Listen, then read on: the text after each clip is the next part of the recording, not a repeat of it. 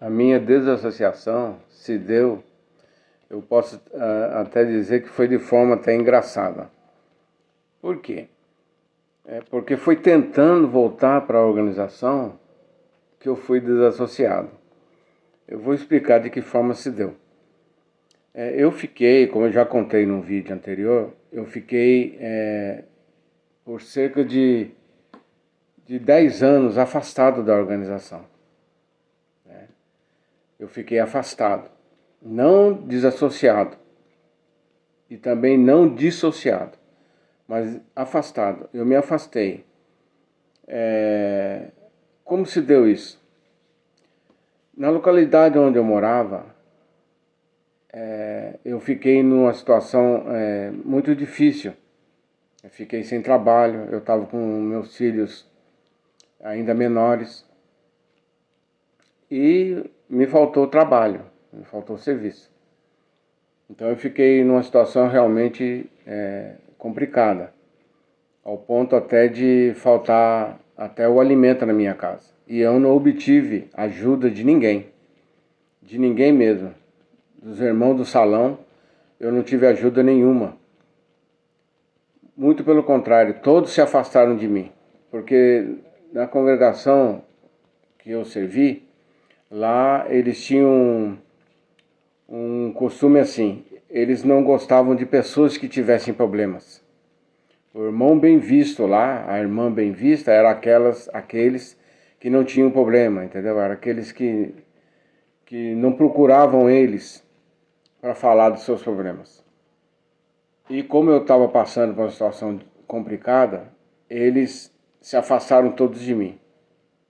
Eu obtive ajuda, sim, momentânea, de um vizinho meu, que nem era testemunho de Jeová. E nessa ocasião, ele me disse o seguinte, ele falou assim: Gilmar, onde que estão seus irmãos da igreja? Ele chamava igreja, né? E aquilo me deixou muito constrangido, tá? Muito constrangido mesmo. Enfim, eu precisei sair do meu lugar, né? E ir atrás de serviço em outra localidade. Eu recebi, na verdade, uma proposta de trabalho. E essa proposta de trabalho era longe da cidade. Então iria me dificultar muito para me assistir às reuniões. Como eu já me considerava, né, fraco espiritualmente, eu aceitei a proposta e peguei minha família, meus filhos e me mudei. E aí eu fiquei afastado da organização por cerca de 10 anos. Aí eu acabei me separei. Um tempo depois eu conheci uma outra pessoa, como eu já contei no vídeo anterior. Conheci uma outra pessoa. E aí eu casei novamente. E como qualquer testemunha de Jeová que fica separada da organização, sempre nutria aquela vontade de voltar novamente para ela. E aí eu me casei, né? E falei para minha futura esposa, né? Para a atual esposa, que eu queria voltar para a organização, né, da Testemunho de Jeová, que eu havia estudado muito tempo com eles, tinha me tornado servo ministerial e, por motivos pessoais, eu acabei me afastando. Aí ela se animou. Ela falou: não, eu quero estudar também. Aquilo me animou, né? Aí eu peguei e voltei pro salão, comecei a assistir às reuniões. Só que eu não fui bem recebido, né? Assim, eu não fui recebido com aquele amor caloroso, né? Mas tudo bem, eu não me importei com isso. Aí eu comecei a frequentar as reuniões. Depois de 3 dias que eu estava frequentando as reuniões, um ancião chegou até mim e falou que precisava se reunir comigo. Falei, tudo bem, né? Aí essa reunião foi numa quarta-feira. A minha reunião foi com 3 anciãos. Mas até então eu não sabia que eu ia ser desassociado. Eu era tão ingênuo, não sei se é porque eu fiquei, né, aquele tempo todo afastado, mas eu achei aquilo totalmente normal, né? Falei, tudo bem. Eu pensei que realmente eles iriam, né? Como eu estava voltando para a organização, que eles iriam falar sobre o assunto, né? Da minha volta. Mas qual foi minha surpresa? A reunião era para me desassociar.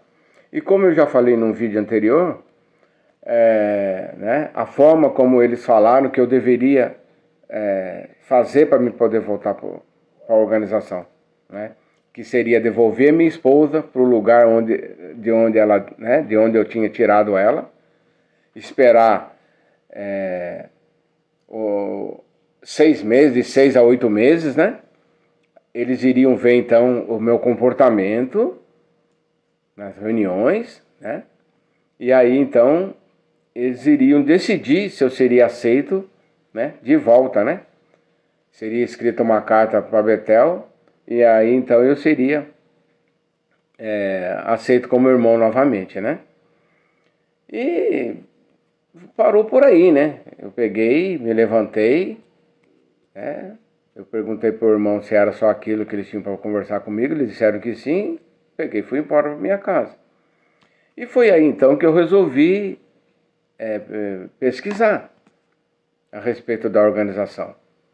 E aí me deparei, como eu já falei no vídeo anterior, com os vídeos, né, do Osmanito Torres, com os vídeos do Paulo Sávio, do Edson Reis e muitos outros, né? E aí eu fiquei, né, e a minha desassociação foi a revelia também. Eu fui na comissão, né, judicativa, que na época era chamada de judicativa, né? Hoje é reunião com os anciãos, né? Não é mais judicativa. E eu nem sabia que eu ia ser desassociado. Essa que é a verdade. Eu não sabia que eu ia ser desassociado. E o que o irmão que presidiu, né, a minha comissão me disse, eu fiquei tão, assim, surpreso que eu nem nada saía da minha boca, eu não conseguia pronunciar nada. De tão absurda que foi o que ele me disse. Né? Ele me disse que eu teria que pegar minha esposa, devolver ela para o lugar de onde eu tinha tirado ela, voltar a me reunir novamente, né? Voltar a assistir às reuniões e que eu seria observado durante 6 a 8 meses. Essa foi a decisão que eles tomaram. E eu não escrevi carta nenhuma. Não escrevi carta de desassociação. Não escrevi carta nenhuma. Eu comecei a pesquisar, via os absurdos, né, a respeito da organização, que Paulo Sávio falava, e Osmanito Torres. Então, eu não vi motivo nenhum de escrever alguma carta. Eles me disseram mesmo que eu poderia recorrer da decisão. Mas após eu assistir os vídeos desses ex-dissidentes, eu falei para mim mesmo, eu não vou escrever carta porcaria nenhuma.